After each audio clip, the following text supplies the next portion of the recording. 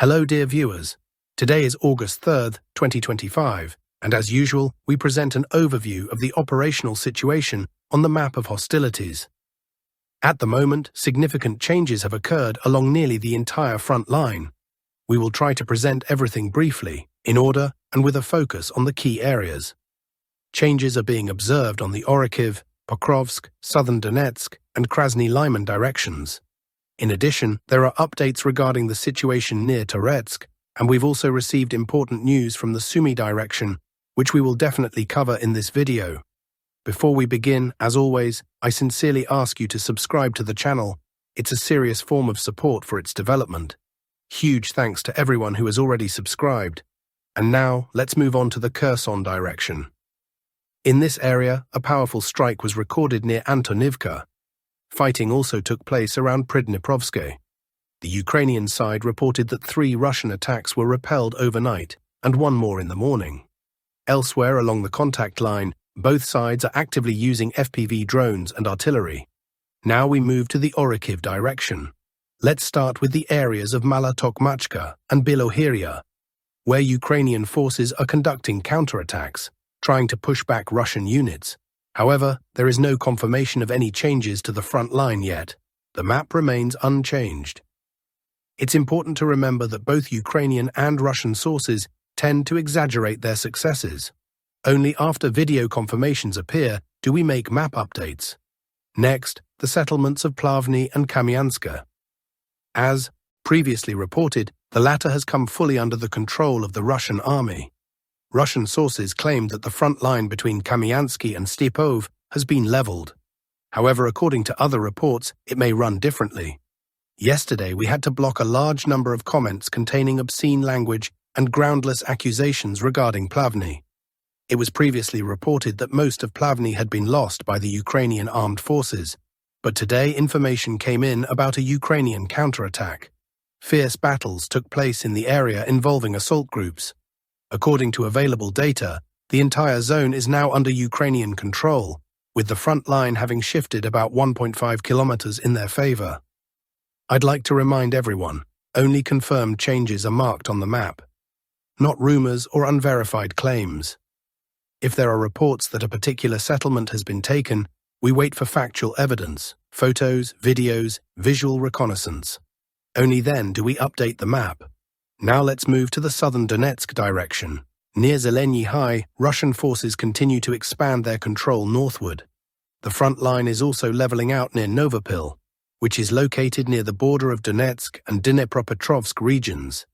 In the area of Temirivka, despite earlier reports that it had come under Russian control, Ukrainian forces continue to attack the northern outskirts. So far, no map changes have been recorded here. Minor shifts have been observed near Volnypol, where one source reports that the front line between Volnypol and Shevchenko has been straightened. Attacks are also ongoing in the direction of Kamyshevaka, Alexandrogorod, and Seknev, but no confirmed entry of assault groups into these settlements yet. In the area of Andriivka and Klevtsov, Russian forces are attacking with the use of FPV drones. Around Zelenihai, there is a redeployment of reserves and regrouping. The Ukrainian side is also actively using FPV drones, striking Russian positions in the settlements of Tolstoy, Podubne, Mayan, Voskresenka, and Shevchenko. Drone activity on both sides is extremely high. Now to the Oricov area. Clearing operations in the pocket continue. Yesterday, an important zone came under the control of the Russian army. Today there are reports of expanded control near Novukrainka. From there, Russian forces are moving toward Oricov. It was also previously reported that Russian forces were bypassing Muravka from the south, expanding control from Kotlyarivka. However, today there are reports of Ukrainian FPV drone strikes on Russian positions near Kotlyarivka, which may indicate that there was no real advance in that area. The only confirmed advance is at one specific point, which has been marked on the map. This territory has come under Russian control. Attacks on Ukrainian positions near Muravka are continuing. There are also updates regarding Udakne. Earlier it was reported that Russian forces were attempting to cut off the supply route. Today confirmations were received that control over this road has indeed been established. If Ukrainian forces do not respond, Udakne may be lost within a week. The advance is occurring from both the western and eastern sides, and further movement toward the industrial zone and the direction of Kotlyan is possible. In Kotlyan itself, positional battles are ongoing. According to various sources, most of the settlement remains under Ukrainian control, but the situation is highly contested. Now to Pokrovsk. Earlier, there were reports of Russian assault groups appearing in the central part of the city, with some even claiming full control. However, as of today, only certain cleared areas are confirmed, specifically Privolna Street. It's possible that Russian saboteur groups are operating, causing panic in the Ukrainian rear. But for now, video confirmation has only arrived for a few locations. Reports about the capture of Novoukrainka and Chunishine, as well as an advance on Novopavlivka, have not yet been confirmed. We are awaiting material. Once it arrives, we'll update the map. Moving north, toward Rodensky. According to Russian sources, there is an advance toward Suvorov, Suketske and Krasny Lyman. However, the Ukrainian side claims they are holding their positions. So the situation here remains unclear, and we await confirmation. It is also reported that Russian forces are advancing toward the industrial zone near Rodinske. It is likely that Russian troops will need to secure positions on the spoil heaps there before proceeding. Only after capturing these sites can Russian flags be raised, marking actual control. Moving on, in the area of Volodymyrivka, Rusin Yar and Stepanivka, positional battles continue. Russian forces are exerting pressure along the entire front, but no significant changes have been recorded in this section as of today. Updates on Touretsk now. In the Touretsk direction, Russian units continue to increase their presence, gradually pushing out Ukrainian forces and clearing the so-called pocket near Shcherbinivka. At this moment, it is unclear whether Ukrainian troops have voluntarily withdrawn from this settlement or were pushed out during combat. However, it is known that clearing operations are ongoing. The area marked in red on the map has already come under Russian control. The advance spans roughly 2 kilometers. According to current forecasts, a full clearing of Shcherbinivka is possible within the coming week. If that happens, Ukrainian forces will likely have to retreat not only from Shcherbinivka, but also from Katrinivka and Klebenbeek to avoid operational encirclement. Russian troops are applying pressure from 2 directions, from Oleksandro Kalinove, which is already under their control, and toward the supply road near the Kleban-Baik reservoir. Now we move to Chassiv Yar. Here, Russian forces are also intensifying pressure. Active fighting is underway for the settlements of Mykolivka and Stupochki. Their capture by the Russian armed forces appears to be only a matter of time. The outskirts of Chassiv Yar are already being actively cleared, reinforcements are being brought in, and supply lines are functioning, all of which are creating conditions for further offensive operations. With a high degree of probability, Mykolivka and Stupochki may fall within the next week. I emphasize that this is an assumption based on the current situation, which is reflected on the map. Next, we move to the Siversk direction. As a reminder, it was reported yesterday that Russian troops had entered Novoselivka and advanced near Ivano-Darayivka. Today, another video confirmation came from this area, showing that Russian forces had pushed forward another 400 meters. It should be noted that one of the most fortified Ukrainian defense zones is located here, marked in yellow on the map. These fortifications were fully captured today, and the surrounding areas are currently being cleared.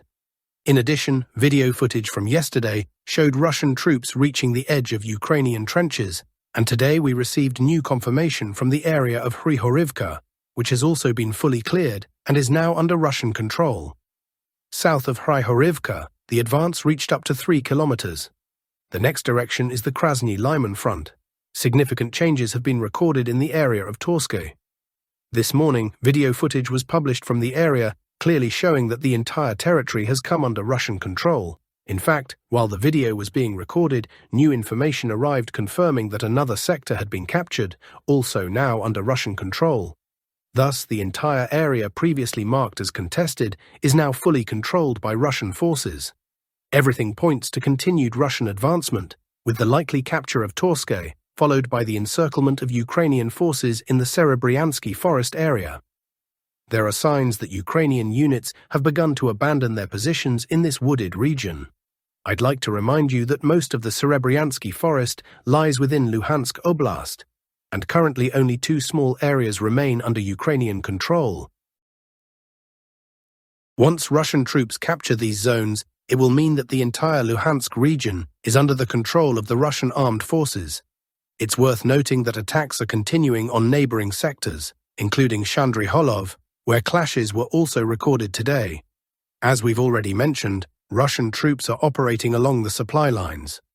2 days ago, video evidence of progress in this area was released. Most likely, by the start of next week, we'll have more precise data and, if confirmed, we'll update the map. For now, the situation in this area remains unchanged. Now to the Kupansk direction. Russian forces continue expanding their control zone near Stepova Novoselivka. According to available data, this settlement currently lies in the so-called grey zone, effectively under the control of neither side. However, Russia is applying pressure from 2 directions. It's important to note that Ukrainian forces have been unable to hold Stepova Novoselivka due to the intense activity of FPV drone crews operating out of the area of Pischane. This settlement, under Ukrainian control, is equipped with FPV drone launch positions used to strike advancing Russian forces. On the other hand, Russian units are also actively employing FPV drones, disrupting Ukrainian crews and striking their positions. So far, there have been no changes on the map. All red-marked updates correspond to yesterday's developments. Regarding Kupansk itself, reports indicate continued pressure on its northern outskirts. Fighting reportedly took place at a specific location, which may now be under Russian control. However, final conclusions will be drawn only after visual confirmation. Positional battles continue in the areas of Krasnopersha, Kamyanska, Dvorichanske, and Kolodiazne, as discussed yesterday. In the Kharkiv direction, reports have come in of strikes on Russian positions near Malov, as well as Ukrainian positions in Katne and Ambarne. The front line here has remained stable over the past 24 hours. The same is true in Vovchansk, where daily positional engagements continue along the entire line of contact. In the Liptsy area, positional fighting is ongoing as well, but without changes. Now on to the Sumy direction. Reports confirm the beginning of battles for Alexeyevka. The Ukrainian army has deployed significant and well-prepared reserves in this area, aiming to encircle Russian forces near Alexeyevka, flank them from the north and cut off their supply lines. However, the incoming information remains contradictory. Ukrainian sources report success and expanding control, while the Russian side claims the situation is under control and the front line is stable. Additionally, Ukrainian sources state that their units came under attack by Russian forces in the Kondrativka area. The Ukrainian plan appears to involve not just Alexeyevka, but also taking control of Konstantinivka. Initial reports suggested an offensive on Konstantinivka, but later it became clear that priorities had shifted and battles for Alexeyevka began first. However, attacks on Konstantinivka may begin in the coming days. Meanwhile, in the area of Yunakivka, intense house-to-house fighting continues. Ukrainian troops there are trapped. Reinforcements cannot reach them, and retreat is impossible due to complete Russian fire control over the supply roads. Battles are also continuing in the area of Sadki, where Russian forces are striking Ukrainian positions located in forested areas.